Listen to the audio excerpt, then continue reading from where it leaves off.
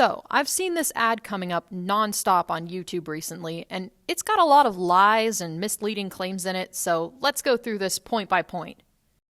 Amendment that's coming to Ohio ballots this fall reads in part this way. Every individual has a right to make and carry out one's own reproductive decisions, including but not limited to. And it goes on to list a number of things. Okay, so far so good. That's actually taken from the amendment itself, right here.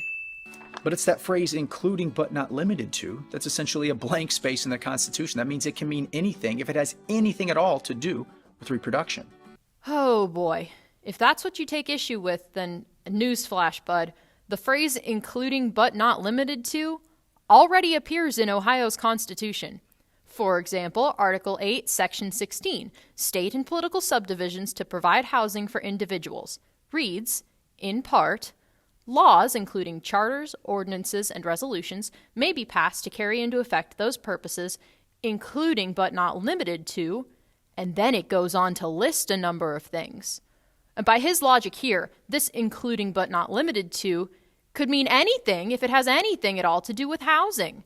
This would theoretically let the state take your house and give it to some random person. Except, no, it wouldn't. That would never hold up in court.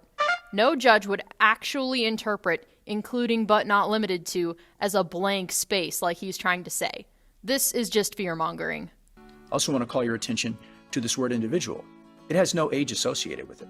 That means even minor children of any age now have this undefined right to reproductive decisions. Okay, here's his real argument. And I've been seeing this thrown around a lot. No, this amendment wouldn't let minors get abortions without parents' permission.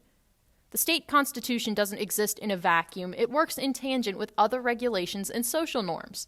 Technically, the word individuals in this November amendment could apply to children, but if you think about that for more than 10 seconds, it falls apart. What's the first thing you do when you go to the doctor's office? You go to the desk and you sign in. And if you're a kid, your parent has to sign you in. No doctor's office would actually let a kid just walk in, no parent, no ID, no insurance card, and get any reproductive care, let alone abortion. Heck, not even a dentist office lets kids go in without a parent or guardian signing them in. That's just how the world works. Legislators, lawmakers, political philosophers, and parents find this language very troubling and what this would mean going forward for parental rights and parental consent in the state of Ohio. Going forward, it would mean just as much as the word individuals in Article 8, Section 16 already does.